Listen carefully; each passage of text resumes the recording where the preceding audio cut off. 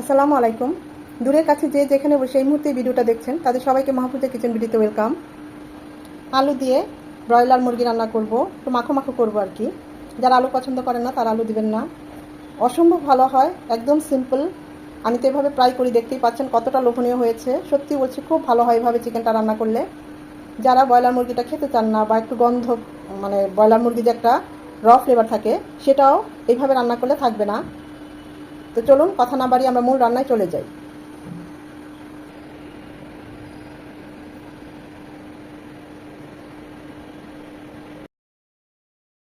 Chicken রান্না করব, বা অনেকে পোলট্রি যে যেটা বলে, মানে সফট যে চিকেনটা। তা আমি এখানে দুটো ব্রয়লার নিয়েছি। এভাবে আমি এই চিকেনটা ফ্রাই করি, এত মজা হয়, সেটাই আজকে আপনাদের সাথে শেয়ার করব। ভিডিওটা বড় হয়ে যাবে অফ ক্যামেরায়, আমি তাই চিকেনগুলো এরকম লাল লাল করে ভেজে নিয়েছি। দুটো চিকেন রেগুলার কাট করে কেটে নিয়েছি 8 পিস করে। এখানে 1.5 কেজির উপরে আছে চিকেন। সবগুলো চিকেন একটু লাল লাল করে এভাবে ভেজে নিয়েছি। আর আলুও নিয়েছি, আলুটাও এভাবে লাল লাল করে একটু ভেজে নিয়েছি। আর লাগছে এখানে রোস্টের মশলা। আমি এখানে একটা পুরো রোস্টের মশলাই নিয়েছি। যেহেতু আমার চিকেন বেশি, তাই চিকেন কম হলে রোস্টের মশলা বাড়িয়ে কমিয়ে নিতে পারেন। তো এখন আমরা সোজাসুজি রান্নায় চলে যাব। প্যানে দিয়ে দিচ্ছি সয়াবিন তেল, 3-4 চামচের মতো, 4 চামচ হবে। তেলটা গরম হয়ে এসেছে, দিয়ে দিচ্ছি কিছু গোটা মশলা। এখানে 4টা এলাচ থেতলিয়ে দিয়েছি, সুগন্ধটা বের হয়ে আসবে। 3টা লবঙ্গ, 3 টুকরা দারচিনি, 2টো তেজপাতা আর 8-10টা সাদা কালো গোলমরিচ। গোটা মশলাগুলো 1 মিনিট হবে। এলাচটা যখনই দিবেন এভাবে থেতলিয়ে দিবেন। গোটা মশলাগুলো 1 মিনিট হওয়ার পর দিয়ে দেবো 2 পেঁয়াজ কুচি। পেঁয়াজটাও নরম হবে। পেঁয়াজটা নরম হয়ে এসেছে, এরকম লাল লাল হয়ে এসেছে। দিয়ে দিব 2 চামচ আদা রসুনের পেস্ট। এখানে 1 চামচ আদা, 1 চামচ রসুন একসাথে পেস্ট করে নিয়েছি। এটাকে 1 মিনিট ভেজে নেব, যেন আদার ঝাঁঝালো গন্ধটা চলে যায়। আদা রসুনটাকে 1 মিনিট ভেজে নেওয়ার পর এখানে 1.5 চামচ হলুদ গুঁড়ো, 1/2 চামচ মরিচ গুঁড়ো, 1/2 চামচ গরম মশলা গুঁড়ো, 1/2 চামচ ভাজা জিরে গুঁড়ো, সাথে আমি যে রোস্টের মশলাটা নিয়েছি, এটা কেনা রোস্টের মশলা 1 প্যাকেট। সব কিছু একটু পানি দিয়ে, গরম পানি দিয়ে গুলিয়ে দেবো।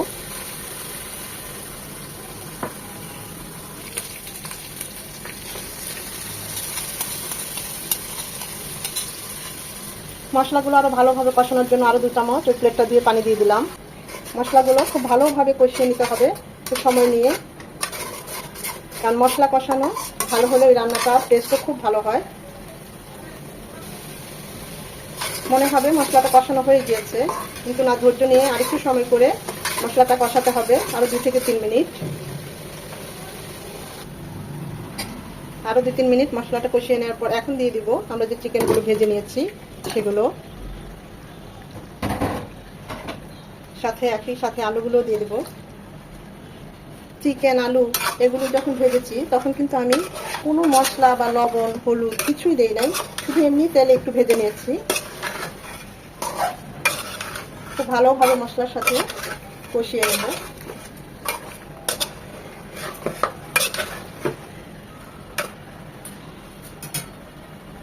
এটা 4 থেকে 5 মিনিট মশলার সাথে চিকেনটা কষবে। আমি কিন্তু মাঝে আরও একবার নেড়ে দিয়েছি যাতে চিকেনগুলো নিচে লেগে না যায়। চিকেনগুলো কষতে কষতে 60 থেকে 70% কুক হয়েই যাবে, এমনভাবে কষাতে হবে। আর খেয়াল রাখতে হবে নিচে যেন লেগে না যায়। আরও 2 থেকে 3 মিনিট কষিয়ে নেব।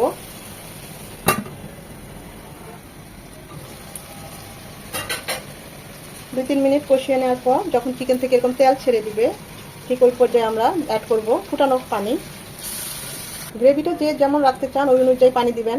মাখো মাখো রাখতে চাইলে এরকম আমার মতো 2 কাপ পানি দিবেন। ঝোল ঝোল রাখতে চাইলে আরেকটু বেশি পানি দিবেন। ঘুনা ঘুনা রাখতে চাইলে আরেকটু কম পানি দিবেন। যেহেতু ব্রয়লার মুরগি আর আমরা 50% কুক করেই নিয়েছি, আবার ভেজে নিয়েছি, তাই বেশি সময় লাগবে না। আমি মাখো মাখো রাখবো, ওই অনুযায়ী পানিটা দিলাম। আপনারা চাইলে পানির পরিমাণটা বাড়িয়ে কমিয়ে দিতে পারেন। চিকেনে আলুতে কোনো লবণ দেওয়া হয়নি, দিয়ে দিচ্ছি স্বাদ মতো লবণ। ঝাল আর লবণের পরিমাণটা বলছি না, যে যেমন যার যেমন টেস্ট ওই অনুযায়ী দিবেন। চাইলে মরিচ গুঁড়ো আর একটু বাড়িয়ে দিতে পারেন। 2 চামচের মতো টমেটো সস দিয়ে দিচ্ছি। চাইলে আপনারা টমেটোও দিতে পারেন বা টমেটো পিউরিও দিতে পারেন 2 চামচ। 3টা আস্ত কাঁচামরিচ মাথার সাইডটা একটু কেটে দিচ্ছি, এতে করে কাঁচামরিচের ফ্লেভারটা বের হয়ে আসবে, কিন্তু ঝাল হবে না। টমেটো সসটা হাতের কাছে থাকলে অবশ্যই দিবেন। এতে এই চিকেনের টেস্টটা অনেক গুণ বেড়ে যায়।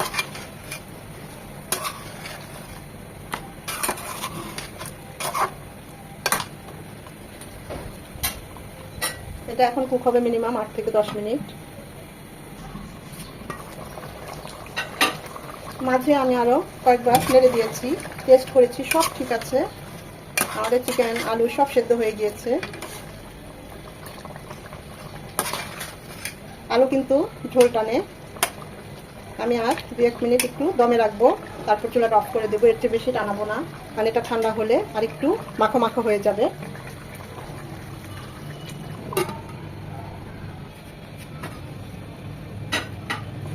মাশাআল্লাহ, এত সুন্দর একটা সুঘ্রাণ চলে এসেছে আমাদের চিকেন কারি থেকে। যারা একদম পোলট্রি বা ব্রয়লার মুরগি পছন্দ করেন না, এইভাবে একবার হলেও ট্রাই করবেন। ট্রাই করে খেয়ে দেখবেন, দেখবেন এরপর থেকে এই ব্রয়লার মুরগি এভাবেই রান্না করে খেতে ইচ্ছে করবে। এটা এতটাই ভালো হয়। আমি এখন চুলাটা অফ করে দেব।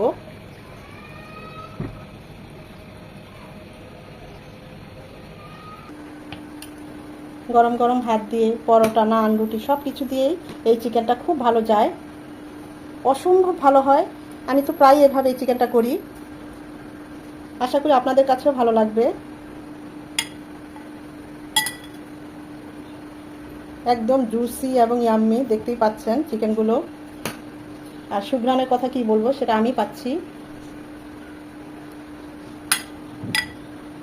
এই গ্রেভিটা এরকমই হবে, পাতলাই হবে।